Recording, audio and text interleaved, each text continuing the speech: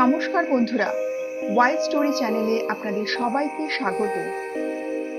আজকে আমরা আলোচনা করব প্রকৃতির মধুর অতিথি বন্য মৃগ বা হরিণ সম্পর্কে। বাংলার বন জঙ্গলে, ভারতের অরণ্যে কিংবা বিশ্বের যে কোনো প্রান্তে প্রকৃতির যে রূপটি আমাদের মন কেড়ে নেয় তার মধ্যে হরিণ অন্যতম। বনের গভীরে গাছের ফাঁক বলে যখন আলো এসে পড়ে আর সেখানে দাঁড়িয়ে থাকে কিছু হরিণ, তখন মনে হয় প্রকৃতি তার নিজস্ব রূপকথার বই মেলে ধরেছে।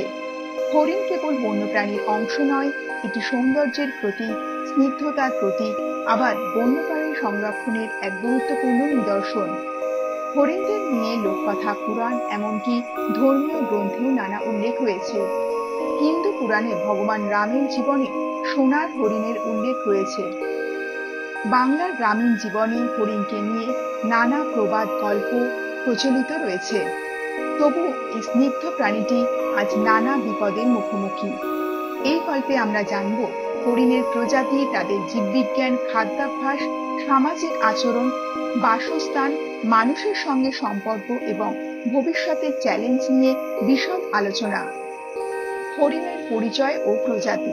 হরিণ হল খুরওয়ালা স্তন্যপ্রায়ী প্রাণী, যা সার্ভিড পরিবারের অন্তর্ভুক্ত। এদের বিশেষ বৈশিষ্ট্য হল শিং বা অ্যান্টলার।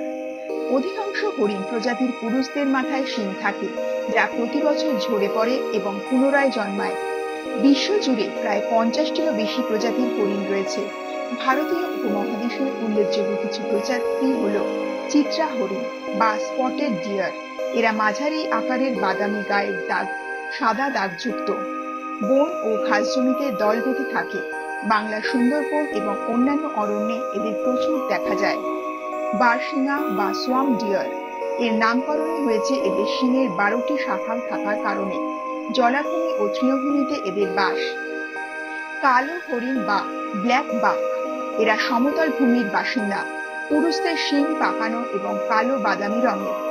সাম্বার, এরা আকারে বড়, গাঢ় বাদামি রঙের। ঘন অরণ্যে এদের দেখা যায়।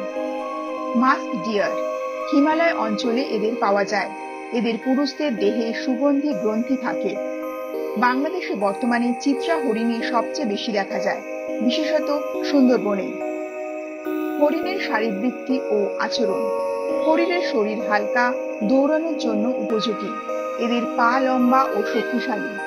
দৌড়ানোর প্রতি ঘন্টায় প্রায় 60 থেকে 80 কিলোমিটার পর্যন্ত হতে পারে। চোখ বড় ও সজাগ। সামান্য শব্দ বা গন্ধ পেলে সতর্ক হয়ে যায়। পুরুষ হরিণের শিং লড়াই ও সঙ্গী অর্জনের জন্য ব্যবহৃত হয়। প্রজনন মৌসুমে পুরুষরা শিংয়ের লড়াইয়ে অংশ নেয়। হরিণ মূলত তৃণভোজী। ঘাস, পাতা, ফল, ফুল এবং কখনো কখনো গাছের বাকল খায়। হরিণ দলবদ্ধ প্রাণী। এক একটি দলে 20 থেকে 30টি পর্যন্ত সদস্য থাকতে পারে। দলের নেতৃত্ব দেয় সাধারণত একটি বয়স্ক পুরুষ হরিণ। বিপদের সংকেত দিলে পুরো দল একসাথে পালায়। প্রজনন। অধিকাংশ প্রজাতির হরিণ বছরে একবার প্রজনন করে। গর্ভকাল হয় প্রায় 6 থেকে 8 মাস। একসাথে সাধারণত একটি বাচ্চাই জন্ম দেয়। হরিণ ও পরিবেশ। হরিণ পরিবেশের এক গুরুত্বপূর্ণ অংশ। তারা ঘাস ও গাছপালার বৃদ্ধি নিয়ন্ত্রণ করে, বনের ভারসাম্য রক্ষা করে। এছাড়াও বাঘ, সিংহ, চিতা প্রভৃতি মাংসাশী প্রাণীর খাদ্য সরবরাহ করে। সুন্দরবনের হরিণ। সুন্দরবনের চিত্রা হরিণের অন্যতম আশ্রয়স্থল। এখানে প্রায় লাখখানেকের ওপর হরিণ আছে। এরা বাঘের প্রধান খাদ্য। সুন্দরবনের সৌন্দর্যের অন্যতম আকর্ষণই হল এই হরিণ। সমস্যা: বনভূমি ধ্বংস, শিকার, জলবায়ু পরিবর্তন, মানুষ প্রাণী সংঘাত। লোককথা, ইতিহাস ও ধর্মে হরিণ। হিন্দু পুরাণে সোনার হরিণের কাহিনী সবচেয়ে বিখ্যাত। রামায়ণে সীতাকে সোনার হরিণ দেখিয়ে রাবণ অপহরণ করে। বৌদ্ধ ধর্মে হরিণ মৃগদয়া উল্লেখ আছে, যেখানে বুদ্ধ প্রথম ধর্মচক্র প্রবর্তন করেছিলেন। বাংলায় হরিণ নিয়ে নানা গান আছে। হরিণ কোথায় পাওয়া যায় রে ভাই? বর্তমান অবস্থা ও সংরক্ষণ চেষ্টা। আজ হরিণের সংখ্যা ব্যাপক হারে কমছে।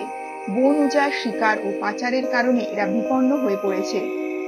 জাতীয় উদ্যান ও বন্যপ্রাণী অভয়ারণ্য গঠন করে এদের রক্ষা করার চেষ্টা চলছে। সেই সঙ্গে আইন করে শিকার বন্ধ করা, পরিবেশ সচেতনতা বৃদ্ধি করারও প্রচেষ্টা চলছে। ভারতের সাফল্যের গল্প। রাজস্থানে বিশনয় সম্প্রদায় কালো হরিণ রক্ষার জন্য বিখ্যাত। তাহলে বন্ধুরা, আপনাদের যদি এই ভিডিওটি ভালো লাগে তবে লাইক, শেয়ার ও সাবস্ক্রাইব করুন। বন্যপ্রাণী সংরক্ষণের বার্তা ছড়িয়ে দিন এবং আপনার মতামত কমেন্টে লিখে জানান। প্রকৃতি রক্ষায় আমাদের একসাথে কাজ করতে হবে। হরিণ প্রকৃতির স্নিগ্ধ সৌন্দর্যের প্রতীক।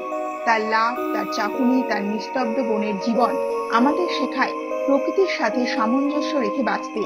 তাকে রক্ষা করা মানেই আমাদের পরিবেশ ও ভবিষ্যৎ রক্ষা করা। আসুন আমরা সবাই মিলে প্রতিজ্ঞা করি, বন্যপ্রাণী বাঁচাই, প্রকৃতিকে বাঁচাই।